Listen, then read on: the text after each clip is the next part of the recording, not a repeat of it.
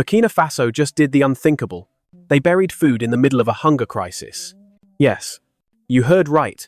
100 tons of bananas were dumped into the burning desert sand. Not burned, not dried, not shared buried. While mothers ration, porridge, and children go to bed with nothing but pain in their stomachs, the government buried fruit. What kind of nation does that? A nation at war not with its people, but with the chains wrapped around its neck. This isn't waste. This is war. President Ibrahim Traoré didn't throw away bananas. He threw down a gauntlet against the fertilizer empires, the foreign donors, and the mockery of the West. While Paris laughed, while Washington frowned, while TV anchors smirked, Traoré planted a revolution in the sand. This is not about fruit. This is about freedom. And if you think this is just another African stunt, I think again. The ground is already answering. And it's not laughing. It started with silence. Then came the disbelief. Across the parched plains of Burkina Faso, villagers stood still as trucks rumbled into view. Not with grain, not with aid, with bananas, crates stacked high, soft yellow skins, ripening under the punishing Sahel sun.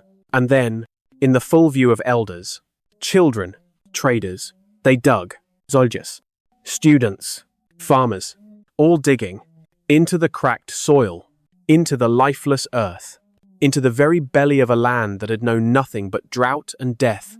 And then they buried the fruit. Children asked if this was a joke. Traders screamed it was sabotage. Mothers wept.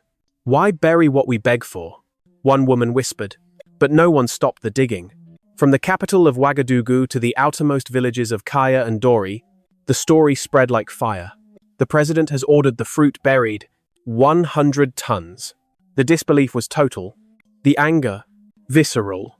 Bananas are life, shouted a market vendor, and they throw life into the sand. Foreign media had a field day. French newspapers called it a circus. Banana Republic. Literally. On a headline mocked. On European talk shows, hosts laughed openly. One anchor smirked. Perhaps next they'll bury baguettes. The mockery wasn't just insulting, it was deliberate. A calculated effort to frame the move as lunacy, as yet another sign of Africa's supposed incompetence. But deep within the mockery was fear. Because this was not madness. This was defiance. And it had a name. Project Green Pulse. No one fully understood it at first. The name sounded poetic, maybe even naive. But as images of villagers pouring bananas into desert pits flooded the internet, a question began to take shape. Was this really stupidity? Or was something bigger at play? For President Ibrahim Traoré, there was no ambiguity.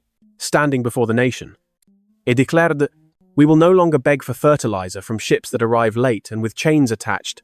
We will feed the land with what the land already gives. To his critics, it sounded like delusion. To his people, many of them, it sounded like freedom. Still, not everyone was convinced. In the town of Bobo Dioulasso, one farmer named Issa watched his crates of bananas get loaded onto government trucks. I sold these to buy medicine. Now they're buried. Will medicine grow from the ground too? His voice echoed a painful truth. You cannot feed the hungry with hope. But even among the skeptics, something deeper stirred. In remote villages where chemical fertilizers had failed for years, some elders nodded in recognition. When I was young, said an old man near Tenkadogo, we offered food to the soil to call for rain. Maybe this is not madness. Maybe this is memory. That tension between outrage and understanding, between disbelief and curiosity, became the fuel that spread Project Green Pulse across the nation. And as soldiers guarded the banana burial sites, not from enemies, but from suspicion, something remarkable began to unfold. Children played games called planting yellow trees. Teachers told their students, these are not just bananas, they are prayers for the land. And for the first time in decades, hope began to take root in the most unexpected of places under the sand. But still, the question hung in the air like a desert storm. Was this experiment real?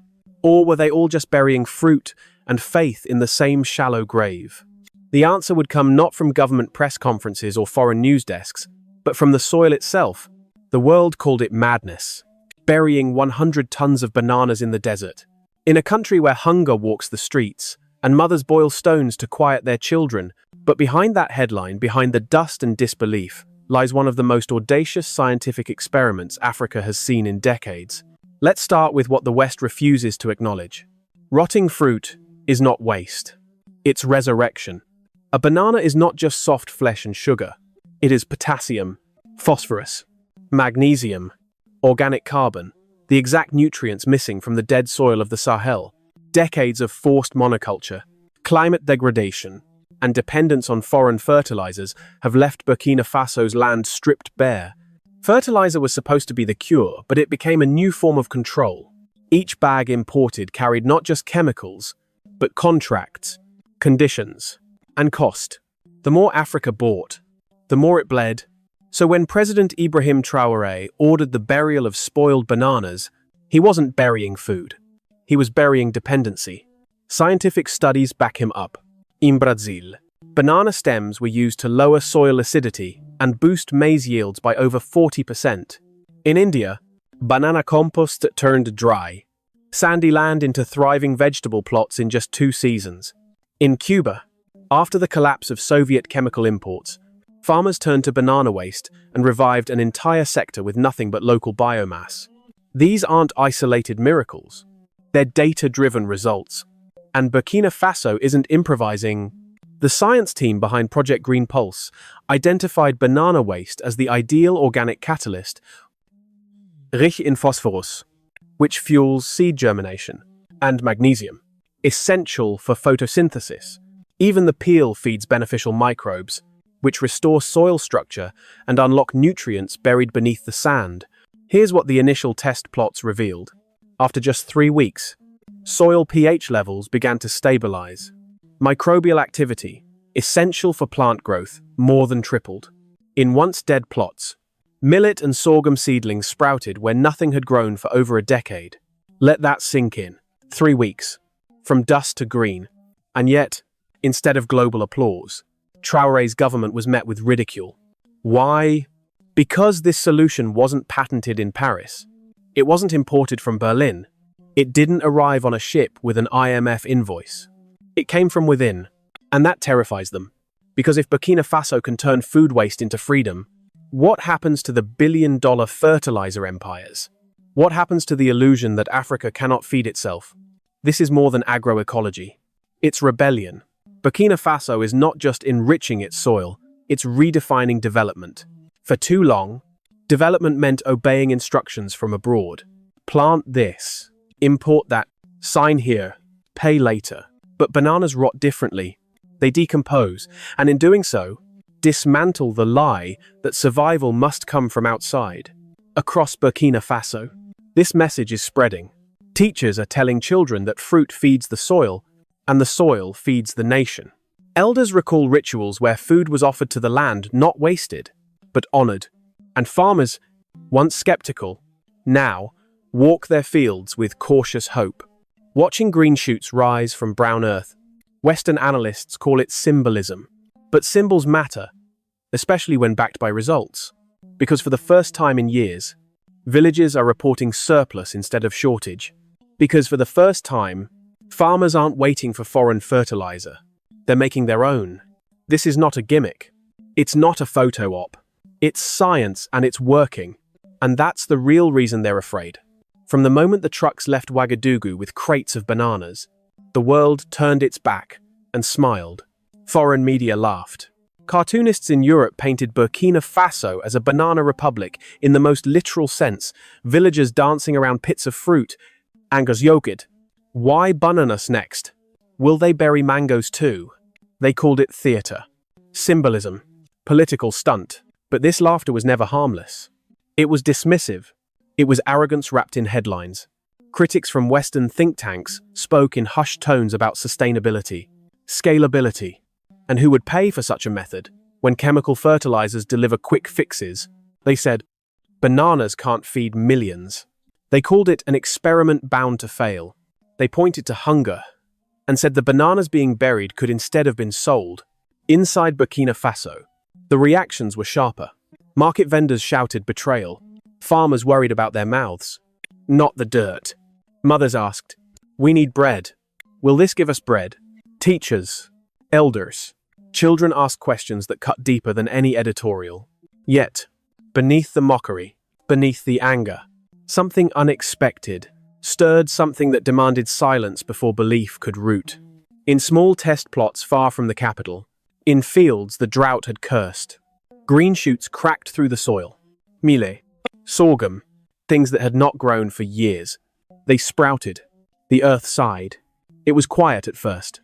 A handful of farmers in Kaya, Tenkodogo, and Bobo Dioulasso looked at cracked hands, then at cracked earth. They saw something like a promise. Children called the seedling sprouts miracles. Teachers got on local radio stations and said, "This is no longer fantasy." International journalists who once mocked showed up again, this time with cameras. They filmed soil that once lay bare, now dotted with green. They interviewed farmers who, with awake eyes, said, "I thought I had lost my land. But today, it wakes." Mortified, many in the Western media attempted to shift tone. Perhaps there is something here. Some glossed. We will wait for data. But the laughter had done its work, dismissing, delaying, devaluing. Back at home, leaders in Burkina Faso used these moments, not to gloat, but to galvanize. Officials released data, microbial life rising, soil acidity falling. They showed images of children participating, not just watching, but planting hope. People who had laughed changed. Traders who had seen their bananas taken from markets began to see them differently. Mothers who had watched children go without meals began to whisper that perhaps the soil could feed them in time. The miracle was not instant. It did not erase hunger overnight. But it broke something more fundamental. The consensus that Africa must always be behind. Stories circulated. One farmer, Adama, aged 62, said quietly, "I planted here for 10 years. Nothing grew. Now, after the bananas, the soil feels alive. Maybe my grandchildren will eat from this land again."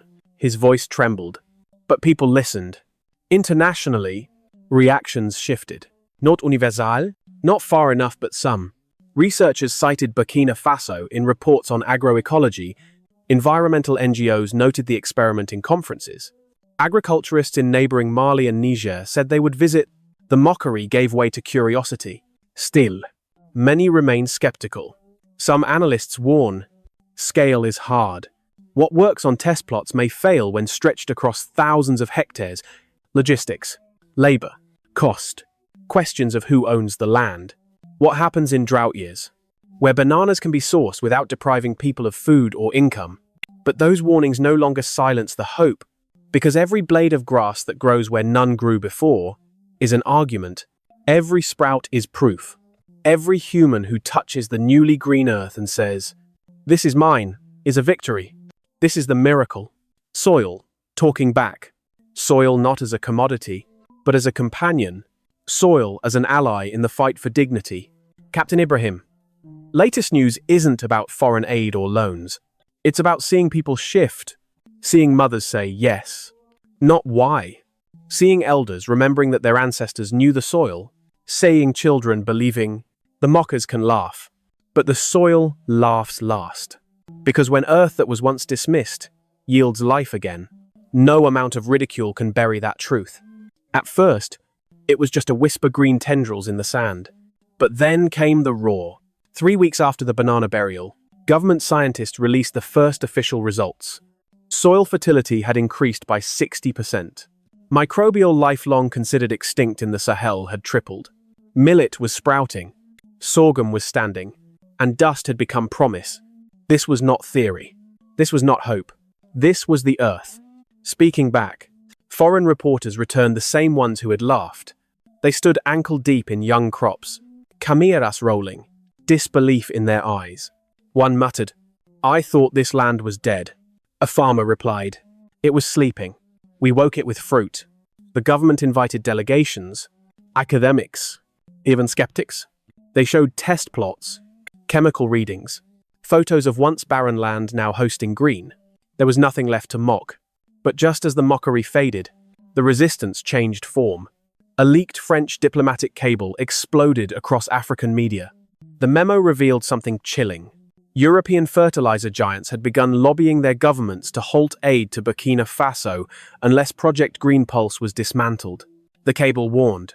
If successful, the project threatens to collapse our hold on a billion-euro agrochemical market across West Africa. Dependency is at stake. This wasn't about soil. This was about sovereignty. Whispers turned into headlines. Was the banana burial not just about farming, but also biofuel experiments? Were the pits hiding more than just fruit, perhaps a secret economic rebellion, cloaked in compost? The opposition in Burkina Faso seized the moment. Accusations flew.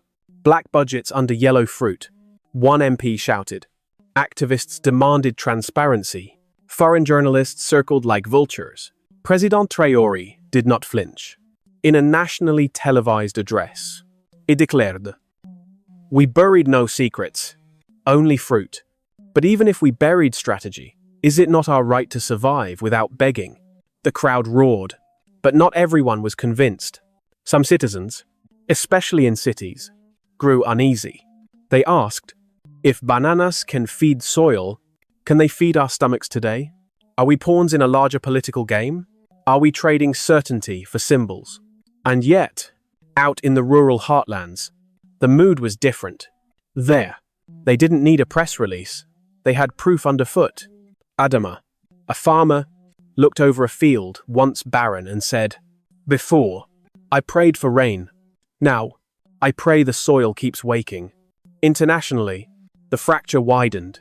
In Moscow, state media called Traoré a visionary and drew comparisons to Russia's use of local resilience under sanctions. In Beijing, quiet nods came from agricultural experts, who noted China's history of using banana waste to rebuild soil post-famine.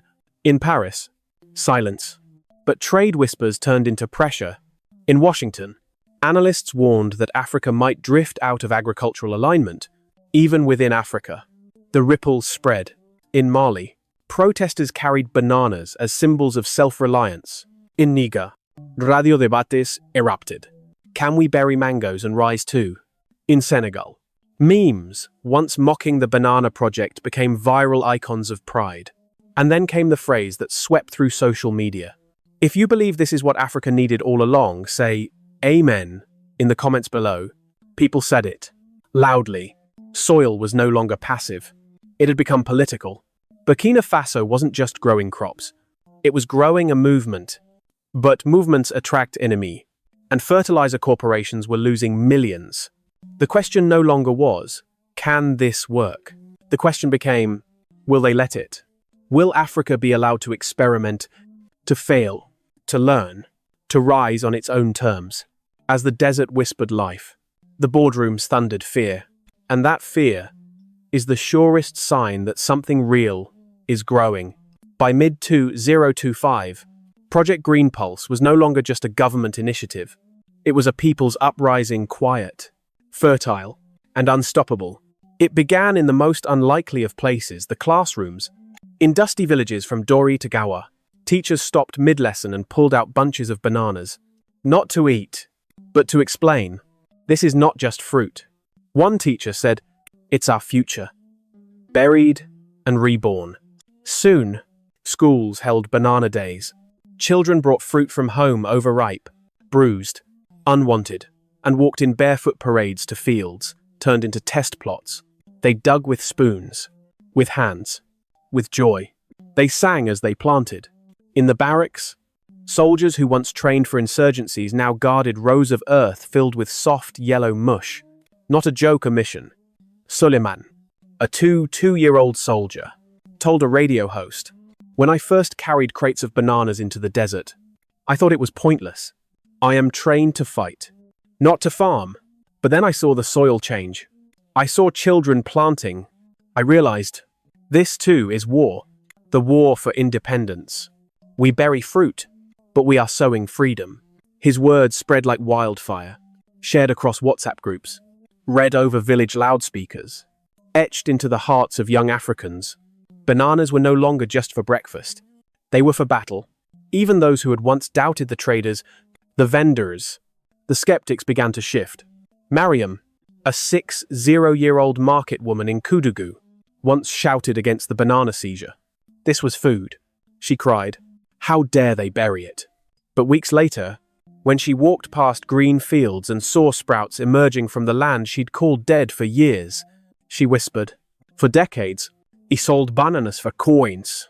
Now I bury them for my grandchildren's bread." Which is the greater wealth? Those words silenced more criticism than any government report. But this wasn't just about changing minds. It was about changing structures. The government, encouraged by success, passed new policies. A 30% cut in fertilizer imports, tax incentives for using local organic waste, grants for cooperatives, turning food waste into soil solutions. Communities responded faster than ministries could track. Farmers began burying mango skins, peanut husks, dried cassava peels. One village created organic Fridays. Every family contributes waste for the soil. Another built pits layered like lasagna bananas. Manure, ash their own grassroots compost labs. The revolution was no longer controlled. It had become contagious. In Mali, delegations visited test fields. In Niger, ministries asked for soil samples. In Senegal, call-in radio shows debated. If Burkina Faso can fertilize with fruit, what can we fertilize with? Ideas exploded. Fish goods, coffee pulp, sorghum stalks. The most powerful idea wasn't what to bury. It was who decides. For once, Africa wasn't waiting for a UN directive or a World Bank feasibility study. It was acting, driven not by permission, but by proof. International NGOs watched with mixed emotions. Some rushed in, offering support. Others cautioned, scaling is risky. One European analyst sneered, 200 hectares is not 2 million. But they missed the point. This was not about hectares. It was about hearts. And those had already been won. What began with 100 tons of buried bananas had grown into a narrative too powerful to contain a movement made not of slogans, but of seeds. From soldiers to school kids, from elders to farmers. The message was simple. We are not waiting to be saved. We are learning to save ourselves. This is how Africa rises not through foreign aid, but through fertile defiance. So perhaps this was never about bananas. Perhaps what Burkina Faso planted in the desert was never just potassium or phosphorus, but possibility. The kind of possibility that frightens those who've long fed Africa only through chains. The kind that whispers to every forgotten village, you can rise from the ground beneath your feet. You don't have to wait for ships. You don't need permission to survive. Yes, the world mocked. Yes, they called it madness. But as green pushes through dust, the silence is louder than the laughter ever was. Burkina Faso has shown that sovereignty doesn't come from treaties. It comes from trust. Trust in your land, in your people, and in the power to fail boldly and rise anyway. Project Green Pulse is not perfect. It may stumble. It may spark battles. But it has cracked something open. A mindset. A myth. A lie that Africans cannot feed themselves without begging. That lie is dying buried next to the bananas. Now, a question remains. If we can feed our soil without their help, what else can we reclaim? Our water, our seeds, our stories. And to you, watching this is not just about Burkina Faso. This is about every African nation waiting for the courage to try. If this report unveils a hidden truth for you, don't just scroll past.